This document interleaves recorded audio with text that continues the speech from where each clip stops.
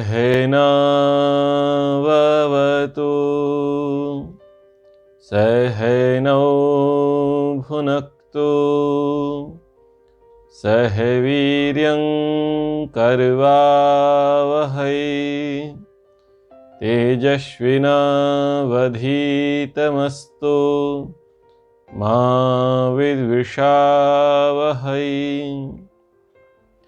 ओम शांति शांति शांति। धर्म के 10 लक्षण और यम नियमों पर संयुक्त रूप से हम चर्चा कर रहे थे और इस व्याख्यान माला की यह अंतिम कक्षा है। आज का जो हमारा विषय है वह है ब्रह्मचर्य और ईश्वर प्रणिधान। ये यम नियमों के अंतर्गत आते हैं। अहिंसा, सत्य, अस्तेय, ब्रह्मचर्य और शौच, संतोष, तप, स्वाध्याय, ईश्वर प्रणिधान, यानी यमों में अंतिम और नियमों में अंतिम। तो ब्रह्मचर्य और अब हम ईश्वर प्रणिधान पर हम चर्चा करेंगे। सबसे पहले ब्रह्मचर्य पर चर्चा करते हैं। ब्रह्मचर्य योग के आधारभूत स्तंभों में से एक है। ब्रह्मचर्य का अर्थ है सात्विक जीवन बिताना, शुभ विचारों से अपने वीर्य का रक्षण करना, भगवान का ध्यान करना, विद्या का ग्रहण करना। यह वैदिक धर्म वर्णाश्रम का पहला आश्रम भी है, जिसके अनुसार 0 से 25 वर्ष तक की अवस्था आती है, जिसको ब्रह्मचर्य आश्रम कहते हैं। जिस आश्रम का पालन करते हुए विद्यार्थियों को भावी जीवन के लिए शिक्षा ग्रहण करनी होती है, क्योंकि ब्रह्मचर्य से असाधारण ज्ञान पाया जा सकता है। वैदिक काल और वर्तमान काल में जितने भी ऋषि विद्वान हुए, उन्होंने इसका ही अनुसरण किया है, इसी को ही महत्वपूर्ण माना है। क्यों माना है? हमारी जिंदगी में, हमारे जीवन में जितना महत्व है प्राणवायु का है जीवन जीने के लिए, उतना ही महत्व ब्रह्मचर्य का है। आज से पहले हजारों वर्षों में से हमारे ऋषि मुनि ब्रह्मचर्य की साधना करते आए, तप करते आए। क्यों करते आए? क्योंकि इसी का पालन करने में, इसी की साधना करने में सब प्रकार के सुखों की प्राप्ति होती है। महानुभावों, मनुष्य को तभी बुद्धिमान कह सकते हैं जब वह सांसारिक पदार्थों एवं घटनाओं का अध्ययन करके अपनी मानसिक उत्तेजनाओं का समाधान कर लिया करे।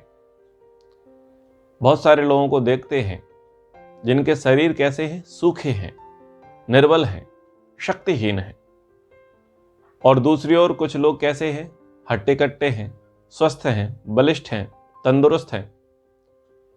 तो कुछ स्वस्थ पुरुषों को तो खान पान की अच्छी सुविधाएं रही होंगी, ऐसा मान सकते हैं, इसलिए वो ऐसे दिखाई देते हैं। किंतु यदि आवरण की गहराई में देख करके जाने तो पता चलता है कि जो दुर्बल व्यक्ति है, जो कुरूप व्यक्ति है, जिसके चेहरे पर ओज तेज नहीं है, उसका अर्थ यह है कि उसका जीवन असंयमित है। उसने वीर का रक्षण नहीं किया, उसने वीर का विनाश किया है। प्रायः लोगों की उंगलियां पतली हो जाती हैं, हाथ पतले हो जाते हैं, आंखों के नीचे गड्ढे पड़ जाते हैं, गाल चपटे हो जाते हैं, सिर में दर्द रहता है और बार बार क्रोध आता है, हाइपर हो जाते हैं, पसीना बहुत निकलता है। ये जो शारीरिक लक्षण है, ये बताते हैं कि इसका जीवन असंयमी रहा। तो विचार ये करना चाहिए कि क्षणिक रस के लिए मैं शक्तिहीन क्यों बनूं। जिस वीर में संतान उत्पादन करने की शक्ति भरी पड़ी हो, उसे मैं व्यथा ही क्यों नष्ट करूं? जीवन को आह्लादित, उल्लसित, चमकदार रखने वाले द्रव्य का पतन क्या अच्छी बात है? परमात्मा की शक्ति को विनष्ट करना वास्तव में देखा जाए तो गैर जिम्मेदारान हरकत है। तो ये अपराध है। तो विचार करे कि मैं अपराधी क्यों बनूं? इन विचारों को व्यक्ति यदि प्रतिदिन ध्यान में लगाएगा तो वो मानसिक विग्रह स्थिति में बार बार गहराई से विचार करेगा तो वो पतन की ओर नहीं जाएगा। क्योंकि वीर रक्षा करने वाले मनुष्य वास्तव में इस संसार का सुख भोगते हैं, और जो वीरहीन हैं वो क्या करते हैं? वो दुख भोगते हैं। मानसिक क्लेश उनको अधिक होता है, शारीरिक संताप उनका अधिक होता है, और उत्साह की कमी विशेष देखी जाती है। आलस्य प्रमाद उनमें अधिक देखा जाएगा, चंचलता उनके अंदर अधिक देखा जाएगा, क्रोध, आवेश, विद्वेष की भावना उनके अंदर अधिक देखी जाएगी, जिनके अंदर वीर रक्षा नहीं है, जिन्होंने ब्रह्मचर्य का विनाश किया है। तो संसार के किसी भी बाह्य पदार्थ को अपने सुख का कारण न मानना मनुष्य को के सर्वोत्कृष्ट ज्ञान का परिचायक है। सुख विचार की वस्तु है, भावना से प्राप्त होता है। स्वस्थ भावनाएं और बलिष्ठ विचार से आमोद उत्पन्न होता है, पर विचारों की सक्रियता और भावनाओं की मस्ती तो ब्रह्मचर्य से ही प्राप्ति हो सकती है, क्योंकि शक्ति सुख का मूल है। यह समझकर अपनी शारीरिक शक्ति का अपव्यय रोकने में ही चतुरता है। बाह्य पदार्थों को सुख का आधार बनाकर मनुष्य की बंधन दशा और अज्ञान की अब ब्रह्मचारिणी स्थिति है, इससे तो निश्चित ही मनुष्य का पतन होता है। कामुकता प्रायः अशुभ चिंतन से, अश्लील दृश्यों के अवलोकन से या बार बार मनन करने से आती है। आचरण का बीज विचार, और विचारों को यदि सत्य की ओर या रचनात्मक कार्यों की ओर लगाए रहें तो उन्हीं में सुख अनुभव करें तो ब्रह्मचर्य की एक बहुत बड़ी कठिनाई हल हो जाएगी। 8 प्रकार के महत्वों का वर्णन किया कि विषय प्रसंग मेल का फीमेल के प्रति, फीमेल का मेल के प्रति, लड़का का लड़की के प्रति, लड़की का लड़की के प्रति जो आकर्षण है, उस आकर्षण के कारण को दूर रखें। परस्पर पर वार्ता ना करें, एकांत सेवन ना करें, स्पर्श की भावना ना करें, चिंतन की भावना ना करें, आदि आदि, जिनको थोड़ी देर से और आगे बताए जाएंगे। तो जिसका मन किसी वस्तु या व्यक्ति में आसक्त हो चुका है, उसके ना रहने या ना मिलने पर दुख होता है, और उसका ही आश्रित परावलंबी वो बन जाता है। ऐसे में क्या होता है? वो अपने ब्रह्मचर्य की रक्षा नहीं कर पाता। अतः अपने आप को के स्वरूप को सदैव ध्यान में रखकर जीवन के क्रम को चलाना चाहिए, तभी ब्रह्मचर्य की नैष्ठिक स्थिति को प्राप्त किया जा सकता है। ये विचार करें कि भाई मेरा जन्म इसलिए नहीं हुआ है, मुझे शरीर इसलिए नहीं मिला है कि मैं विषयों की ओर आसक्त हूं, मैं सुख चाहता हूं, और सुख का मूल्य तो ब्रह्मचर्य की साधना में है। अथर्ववेद पूरा ब्रह्मचर्य सूक्त से ओतप्रोत है, और उसका नाम ही ब्रह्मचर्य सूक्त पड़ गया है, और बहुत अच्छी शिक्षाएं अथर्ववेद के अंतर्गत आती हैं। ब्रह्मचारी वही है जो तप, इंद्रियों के संयम से अपने आचार्य को प्रसन्न करे। यानी समस्त विद्यार्थियों को अपने गुरुजनों के प्रति श्रद्धा भाव रखनी चाहिए, उनके प्रति गुडविल रखना चाहिए। क्यों? क्योंकि यदि वो अपने आचार्य के प्रति श्रद्धा भाव रखेंगे और इंद्रिय जित बनेंगे, इंद्रिय संयमी बनेंगे, तभी उनको ज्ञान की प्राप्ति होगी। गीता में कहा, श्रद्धावान लभते ज्ञानम तत्परः संयतेन्द्रियः। जो श्रद्धावान हैं अपने गुरु के प्रति, आचार्य के प्रति, वही विद्या को प्राप्त करते हैं। और जो तत्पर हैं, किसमें तत्पर हैं? इंद्रियों के संयम करने में जो तत्पर हैं वही विद्या को प्राप्त कर पाते हैं। दूसरा है एक प्रकार से पर्यावरण संरक्षण, वह है सभी देवताओं को प्रसन्न करना। सर्वांत देवांश पात्र पिपर्ति, यहां देवता का अर्थ है वह प्राकृतिक वस्तु जो हमें कुछ देता है। इसके अनुसार सूर्य हमें प्रकाश देता है, वनस्पति हमारे लिए अनेक अनेक फल, अन्न, औषधि, ईंधन आदि देते हैं। पृथ्वी हमारे लिए अन्न, खनिज आदि प्रभूत वस्तुएं प्रदान करती हैं। अतः ये सूर्य, ये पृथ्वी, ये वनस्पति, ये सब कौन है? देवता हैं।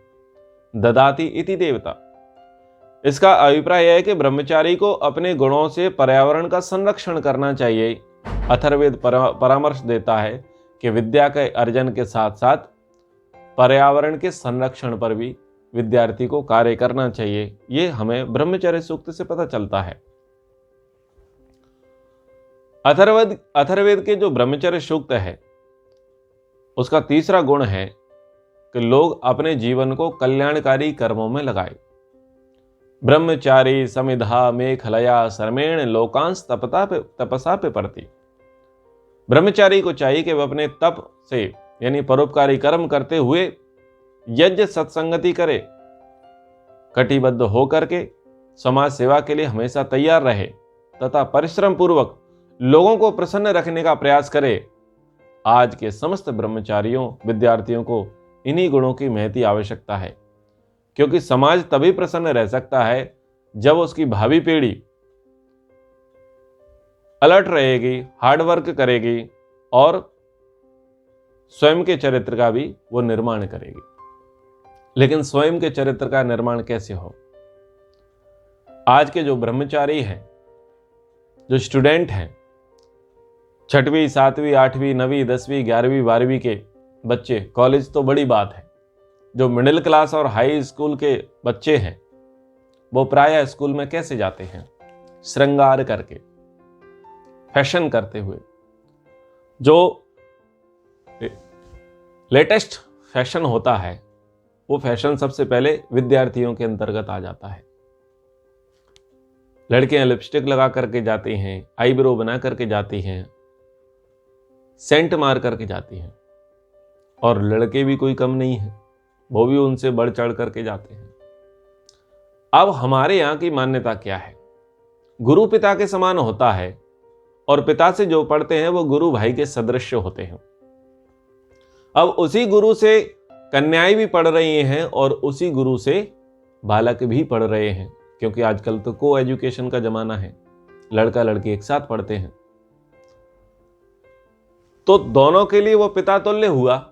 तो जब दोनों के लिए वो पिता तुल्य हुआ तो पिता की ये संतानें क्या भाई बहन के सदृश नहीं होंगी? निसंदेह होंगी, क्योंकि ये हमारी संस्कृति है। जब गुरु भाई माना जाता है तो इस प्रकार से अगर लड़की का भी वही गुरु है और लड़के का भी वही गुरु है तो आपस में उनका संबंध क्या रहा? आपस में तो उनका संबंध भाई बहन के जैसे ही रहा। तो विचार करिए, वो बहन किस भाई को आकर्षित करने के लिए जा रही है और वो भाई किस बहन को आकर्षित करने के लिए जा रहा है। और उससे भी बड़े दुख की बात यह है कि माता पिता उनको स्कूल भेज रहे हैं या फैशन कॉलेज में भेज रहे हैं, मॉडलिंग करने के लिए भेज रहे हैं। माता पिता प्राय चेक नहीं कर पाते। बच्चे घर पर तो लिपस्टिक नहीं लगाते, लेकिन बैग में लिपस्टिक रखी रहती है, शीशा रखा रहता है, और रास्ते में जाकर के वो लिपस्टिक पोत करके जाते हैं। क्यों? आपका कार्य क्या है? आपका प्रेजेंट स्टेटस क्या है? प्रेजेंट वर्क क्या है? आपका वर्तमान उद्देश्य यह है कि आप शिक्षा को ग्रहण करें, ना कि किसी पुरुष को आकर्षित करें। और यही नियम पुरुषों पर बनता है, युवकों पर बनता है, लड़कों पर बनता है, छात्रों पर बनता है कि आप विद्या का अर्जन करने जा रहे हैं। आप किसी युवती को, कन्या को आकर्षित करने के लिए नहीं जा रहे हैं। लेकिन माता पिता का बच्चों पर कोई फोकस नहीं रहता। वो भी प्रेम से गाल पर चुम्बन देकर के बच्चों को विदा करते हैं, बाय बेटा, बाय बेटी, टेक केयर। और उधर जो टीचर हैं वो भी माइंड ब्लोइंग है। वो भी फुल फैशन में स्कूल में आते हैं, वो ये भूल जाते हैं कि विद्या का मंदिर है। वो भी फुल फैशन में आते हैं और उनका व्यवहार भी ज्यादा आदर्श नहीं रहता। तो ब्रह्मचर्य की अवधारणा का पालन नहीं किया गया, जो सनातन नियम है, मर्यादा है, उनका पालन नहीं किया गया, तो क्या देखा जाता है कि एक टीचर दूसरे टीचर पर आ सकते हैं, अथवा कोई टीचर किसी स्टूडेंट पर आ सकते हैं, अथवा कोई स्टूडेंट कोई टीचर पर आ सकता है, क्योंकि वातावरण विद्या का नहीं है, वातावरण श्रृंगार का है, प्रदर्शन का है। तो श्रृंगार और प्रदर्शन क्या करता है? श्रृंगार और प्रदर्शन ब्रह्मचर्य का नाश कराता है, और उस अवस्था में ब्रह्मचर्य का नाश होता है तो विचार कीजिए, जब नींव ही कमजोर हो गई है तो वो इमारत कैसी होगी? उस पर चिंतन मनन करना चाहिए। इसलिए कहा, काणम वस्त्राणो दीक्षितो दीर्घमश्रु, लोक कल्याण हेतु सत्य एवं धर्मायता का पालन करते हुए व्रत लिया हुआ विद्यार्थी क्या करे? वो काजल ना लगाए, मनुस्मृति में निषेध किया। छाते का प्रयोग ना करे, आंखों में काजल ना लगाए, माला का धारण ना करे, छत्र का धारण ना करे, जूते चप्पल ना पहने, सेंटिमेंट ना लगाए, शादी वेशभूषा ब्रह्मचारी की हो, उसका जीवन तपश्चर्या प्रधान हो, बाहर से लीपापोती उसके नहीं होनी चाहिए। ध्यान दीजिए, यदि व्यक्ति की बाहर से बहुत लीपापोती हो रही है, वो बाहर से बहुत आकर्षक लग रहा है, तो उसके आकर्षक दिखने से क्या मन में उसके प्रति आकर्षण जागृत नहीं होता? होता है। और यदि वही व्यक्ति जो सुंदर है, रूपवान है, लेकिन श्रृंगार से रहित है, फैशन से रहित है, बाहरी प्रपंच आकर्षण से वो रहित है, तो उसके शरीर के प्रति क्या दूसरे व्यक्ति का आकर्षण जागृत होगा? नहीं होगा। तो आकर्षण को जागृत करने का कारण क्या है? ये श्रृंगार, ये फैशन, ये मॉडलिंग, ये डिजाइनिंग, ये ब्रह्मचर्य का नाश कराने वाली होती है। फिर कहते हैं समाज में व्यभिचार बढ़ रहा है, लोगों पर अंकुश नहीं है, लड़कियां सुधर नहीं रही हैं, लड़कों को तमीज नहीं है, जबकि ये सारी चीजें कर कौन रहा है? इन सबको निमंत्रण दे कौन रहा है? इन सबको निमंत्रण देने वाले तो स्वयं हैं। खुद ऐसा माहौल बना करके बैठे हैं, खुद सज धज करके मार्केट में बेचने के लिए बैठे हैं, और फिर लोग कहते हैं कि ये तो खरीदने आ रहा है। अरे व्यक्ति तुम्हारा मूल्य लगाने तुम्हें खरीदने नहीं आएगा तो क्या करेगा? तुमने अपने आप को बनाई ऐसा रखा है। तो शास्त्र कहते हैं कि नहीं, ये गलत काम है। आपका प्रारंभिक चरण है कि आप ब्रह्मचर्य का पालन करें, आप विद्या का अर्जन करें, आप ईश्वर का चिंतन करें, आप विद्या की उपासना करें, आप ईश्वर की उपासना करें, आप साधना में जीवन जिए। आप उस समय लड़का लड़की की उपासना न करे, लड़की लड़के की उपासना न करे, लड़का लड़की का चिंतन न करे, लड़की लड़के का चिंतन न करे, और दोनों एक दूसरे को देख करके जीवन का ध्येय ना बनाए, क्योंकि उस समय जीवन का ध्येय बनाना है विद्या को लेकर के। 14-15 वर्ष से लेकर के 24-25 वर्ष तक ये बहुत इंपॉर्टेंट टाइम होता है व्यक्ति के जीवन के विकास का। और यदि यही समय दूसरे को आकर्षित करने में लगा दिया तो समझ लीजिए पूरे जीवन का आकर्षण आपका समाप्त हो जाएगा, क्योंकि यह समय दूसरे को आकर्षित करने का नहीं है, यह संयमित होने का है, अपनी नींव मजबूत करने का है। लेकिन इसी समय, इसी अवस्था में जाकर के अनेक प्रकार के व्यसन बच्चों को लग जाते हैं। 8वीं में आते आते बच्चे एंड्रॉयड फोन का यूज करने लग जाते हैं, अश्लील दृश्यों को देखने लग जाते हैं, चित्रों को देखने लग जाते हैं, गानों का श्रवण करने लग जाते हैं, हस्तमैथुन करने लग जाते हैं, और बहुत सारा उल्टे सीधे कामों में वो लिप्त हो जाते हैं।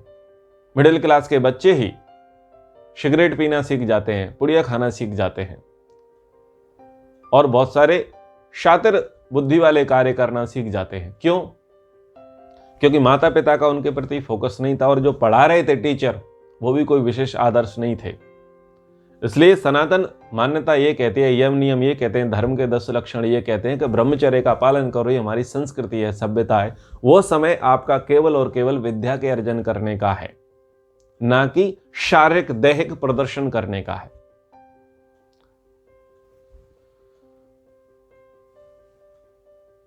तो पाखंड अगर इसमें लगे रहेंगे तो आगे कुछ नहीं कर पाएंगे। इसलिए ब्रह्मचर्य सूक्त कहता है कि आप संयमी बनो, जितेंद्रिय बनो, विद्या का अर्जन करो, ईश्वर के भक्त बनो, तब आप क्या कर पाओगे? जो पाखंडी हैं, जो आतताई हैं, आप उसका विनाश कर पाओगे। अथर्ववेद का ऋषि कहता है कि ब्रह्मचारी को चाहिए कि वो ब्रह्मचर्य में रहते हुए इंद्रिय के समान शक्तिशाली वज्रधारी बन करके जो असुर हैं, जो पाखंडी हैं, जो आतताई हैं, जो दुष्ट हैं, उनका संहार करे। यो ना विंद्रोही ह भूत्वा सुरांश ततरह।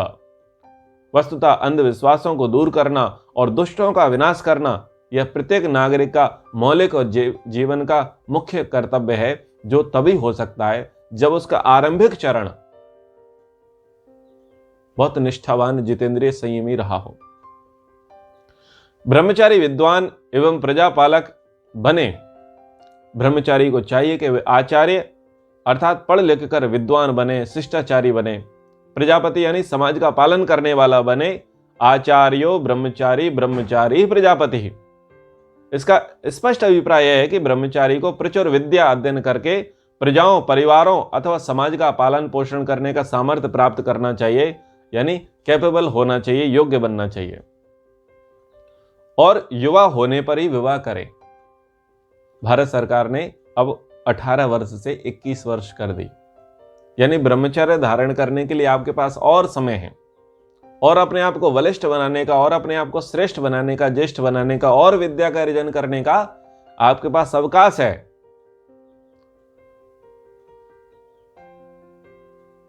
अथर्ववेद कहता है ब्रह्मचर्येण कन्या युवानम विंदते पतिम, यानी ब्रह्मचर्य का धारण करने के बाद ही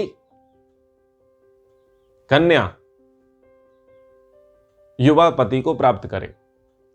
यानी ब्रह्मचर्य का धारण किया है तो ही आप विवाह करें। यदि आपने ब्रह्मचर्य का विधिवत विवाह नहीं किया है तो आप विवाह के अधिकारी नहीं है। मनुस्मृति में निषेध किया है। मनुस्मृति में विवाह के लिए कहा कि भाई 4 वेद पढ़ो, 3 वेद पढ़ो, 2 वेद पढ़ो, 1 वेद पढ़ो, यानी वेद और वैदिक साहित्य पढ़ो, शास्त्र पढ़ो, तो आप विवाह के अधिकारी हैं। और दूसरी कंडीशन दे दी, आप ब्रह्मचारी होने चाहिए। यदि आप ब्रह्मचारी हैं तो ही आप विवाह करिए। अगर आप ब्रह्मचारी नहीं है तो आपको विवाह का कोई अधिकार नहीं है, फिर वो दंडित किया जाएगा, आपको आदर्श नहीं माना जाएगा। लेकिन आश्चर्य की बात है, ये एक तरफा नियम चलता है। कौमार्य का सर्टिफिकेट पुरुष वर्ग स्त्री से तो चाहते हैं, परंतु पुरुष वर्ग स्वयं का नहीं देना चाहता। वो ये तो चाहता है कि मेरा जो साथी है, जो स्त्री वर्ग है, वो उसका कौमार्य भंग ना हुआ हो, और भले ही स्वयं कितनी बार कौमार्य भंग कर चुका हो। विचार कीजिए, स्वयं ही आप अगर कौमार्य भंग कर चुके हैं तो वो भी तो कोई ना कोई स्त्री ही थी, और वो स्त्री कभी ना कभी तो किसी की पत्नी बनेगी। तो ये समाज में व्यभिचार दोष बढ़ता है। विवाह से पूर्व व्यभिचार किया तो विवाह के पश्चात भी व्यभिचार ही होगा। और व्यभिचार जब परिवार में होने लगेंगे, समाज में होने लगेंगे, तो समाज नहीं रहेगा, एक बहुत बड़ा दुष्प्रवृत्तियों का क्षेत्र बन जाएगा, स्थान बन जाएगा। और ब्रह्मचर्य ही एक ऐसा है जिससे मृत्यु को जीता जा सकता है और ब्रह्म ज्ञान प्राप्त किया जा सकता है। ब्रह्मचर्येण तपसा देवा मृत्यु मुपावनत। तो ब्रह्मचर्य से स्वास्थ्य लाभ बढ़ता है, आयु की प्राप्त होती है, दीर्घजीवी बनते हैं। तो ब्रह्मचर्य जो है वो सभी के लिए आवश्यक है। वो ब्रह्मचारी के लिए भी आवश्यक है, वो गृहस्थ के लिए भी आवश्यक है, वो वानप्रस्थी के लिए भी आवश्यक है, और सन्यास के लिए परम आवश्यक है। 2 जो है आश्रम उसके लिए अतिशय आवश्यक है। पहला आश्रम है ब्रह्मचर्य और दूसरा आश्रम क्या है? सन्यास। इनमें तो कंपलसरी है कि वीर का एक बूंद भी निष्कासित ना होवे। और वानप्रस्थ के लिए कह दिया कि अब आप संयमित जीवन जिएंगे। आप स्त्री के संग तो रहें यदि रहना चाहें, लेकिन विषय सेवन नहीं करेंगे, साथ में शयन नहीं करेंगे। वहां पर निषेध कर दिया। पति पत्नी दोनों ही गृहस्थ से वानप्रस्थ की ओर जा सकते हैं, लेकिन वानप्रस्थ में रह करके वो विषय प्रसंग ना करें। सेवा ले सकते हैं, एक दूसरे का सहयोग कर सकते हैं, लेकिन वो विषय सेवन ना करें। वहां पर इंद्रिय जित रहें, संयमित रहें और एक साथ शयन ना करें, एक बिस्तर पर ना शयन करें। वहां वानप्रस्थ में निषेध किया, इस प्रकार का उनको विधान कर दिया। और गृहस्थ के अंदर क्या कहा? गृहस्थ के अंदर कहा कि ऋतुगामी होवे। आप गृहस्थ में आए हैं, गृहस्थ जीवन में आप व्यतीत कर रहे हैं, तो उसका अर्थ ये नहीं है कि आपको सर्टिफिकेट मिल गया है और अंधाधुंध तरीके से आप वहां पर वीर्य का नाश करते रहें, ब्रह्मचर्य का विनाश करते रहें और आप व्यभिचार करने लग जाएं। तो वहां पर नियम दे दिए, अमावस्या का नियम दे दिया, पूर्णिमा का नियम दे दिया, अष्टमी का नियम दे दिया क्या आप, और पर्व विशेष पर दे दिया कि आप इन समय पर संसर्ग आदि नहीं करें। दिन के समय का निषेध कर दिया, दिन के समय का उन्होंने निषेध कर दिया। रात्रि के 10 बजे से और 2-3 बजे तक का ये समय उन्होंने संसर्ग का दिया। और ऋतुगामी होने के लिए बोला कि जब रजस्वला का समय निकलता है तो वहां से 16 दिन होते हैं, उन 16 दिन के भीतर ही आपको संतान उत्पत्ति के लिए ही संसर्ग करना है, उससे अतिरिक्त नहीं करना है। तो वहां पर गृहस्थ के लिए भी ब्रह्मचर्य के पालन के लिए बड़ी दृढ़ता से कहा। तो ये ब्रह्मचर्य के विषय में मैंने यहां पर थोड़ी सी चर्चा रखी। अगर हमारा शरीर स्वस्थ होगा तो हमारा मन स्वस्थ होगा, तन पवित्र होगा। और जब मन कामों में नहीं लगेगा तब ही हम धर्म को जान पाएंगे, ईश्वर के प्रति हमारा चिंतन दृढ़ होगा। अर्थ कामेषु शक्तानाम, अर्थ में काम में जब आसक्ति नहीं होगी तभी ही धर्म की प्राप्ति होगी। तो ईश्वर प्रणिधान, यदि विषयों का चिंतन करेंगे तो ईश्वर का चिंतन संभव नहीं है। तो ईश्वर प्रणिधान तब ही संभव है जब जीवन संयमित है, इंद्रियों पर काबू कर रखा है, मन का दमन कर रखा है, वीर की रक्षा कर रखी है। और जो ऐसे दृश्य हैं उन 10 दृश्यों से आपने अपने आप को हटा रखा है। जो प्रपंच है, जो आकर्षण है, उससे आपने जब अपने आप को हटा रखा है तब ही आप ईश्वर प्रणिधान कर पाएंगे। तब आप समझ पाएंगे कि मेरे अंदर ईश्वर है, मेरे बाहर ईश्वर है, मेरे आगे ईश्वर, मेरे पीछे ईश्वर। मैं जो भी कार्य कर रहा हूं उस कार्य को ईश्वर देख रहे हैं, सुन रहे हैं, जान रहे हैं। मैं मन में जो विचार करता हूं उसको वो समझते हैं, वाणी से जो बोलता हूं वो सिर्फ समझते हैं, और शरीर से जो कर रहा हूं सबको वो समझते हैं। उनसे छुप करके मैं कभी भी कोई भी कार्य नहीं कर सकता। ये ईश्वर प्रणिधान तभी संभव होगा जब जीवन में ब्रह्मचर्य का पालन होगा। और जो जितना जितना ब्रह्मचारी होगा वो उतना उतना ईश्वर प्रणिधान कर पाएगा। और जिसके जीवन में ब्रह्मचर्य का कोई स्थान नहीं है, निसंदेह वो जीवन में ईश्वर प्रणिधान रख ही नहीं सकता। तो ईश्वर प्रणिधान करने के लिए क्या करें? हम ईश्वर का धन्यवाद करना सीखें। यदि 24/7 हम ईश्वर को याद नहीं रख सकते तो जैसे कोई व्यक्ति हमारी सहायता करता है तो सहायता के बदले हम धन्यवाद करते हैं, तो वैसे ही हम ईश्वर को धन्यवाद करना शुरू कर दें। ईश्वर को बोले आपका बहुत बहुत धन्यवाद। जब सोकर के उठें तो ईश्वर का धन्यवाद करें, ईश्वर आपकी कृपा से आज का दिन मुझे कार्य करने के लिए मिल गया। जब पूरा दिन व्यतीत हो जाए और रात्रि में फिर शयन की बारी आए तो फिर ईश्वर का धन्यवाद करें, ईश्वर आपकी कृपा से आज मेरा दिन सुखपूर्वक बीता। जिस उद्देश्य और जिन संकल्पों को साथ लेकर के आज के दिन की शुरुआत हुई वो बहुत हद तक पूरे हुए, आपका बहुत बहुत धन्यवाद। यदि कल आपने फिर से अवसर दिया जागने का तो मैं फिर से आपकी कृपा से कार्य करूंगा। जब भोजन आए, ईश्वर आपकी कृपा से मैं भोजन कर पा रहा हूं। जब अच्छा उत्साह मिले और सम्मान मिले आदि आदि क्षेत्रों में भी फिर हमें धीरे धीरे ईश्वर का धन्यवाद करना चाहिए। तो ईश्वर का धन्यवाद करते रहें, उसको स्मरण करते रहें, उसको जानते रहें, उसको समझते रहें। तो इस प्रकार से ईश्वर प्रणिधान होगा। कभी आगे समय मिलेगा तो और भी चर्चाएं करेंगे क्योंकि समय का विशेष अभाव है। तो अहिंसा, सत्य, अस्तेय, ब्रह्मचर्य, अपरिग्रह, शौच, संतोष, तप, स्वाध्याय, ईश्वर प्रणिधान, धृति, क्षमा, दमो, अस्तेयम, शौचम, इंद्रिय निग्रह, धीर, विद्या, सत्यम, अक्रोधो, दशकम, धर्म लक्षणम, धर्म के 10 लक्षणों पर और यम नियमों पर हमने संयुक्त रूप से चर्चा की। अब हम मनुस्मृति की कक्षा का आरंभ करेंगे और मनुस्मृति के 7वें अध्याय जो राजधर्म से संबंधित है, जिसमें अब राजधर्म का विषय आएगा, राजा कैसा होना चाहिए, प्रजा कैसी होनी चाहिए, राजा के किस प्रकार के कर्तव्य होने चाहिए, जो विधान है वहाँ पर, संविधान है, कानून है, उनको हम पढ़ने का प्रयास करेंगे। जो प्रायश्चित विधान है और भी बहुत सारी बातें वहाँ पर दी हुई हैं, तो उनको हम आगे से पढ़ने का प्रयास करेंगे। तो कक्षा को हम यहीं पर विराम करते हैं। एक बार उनका उच्चारण। ओ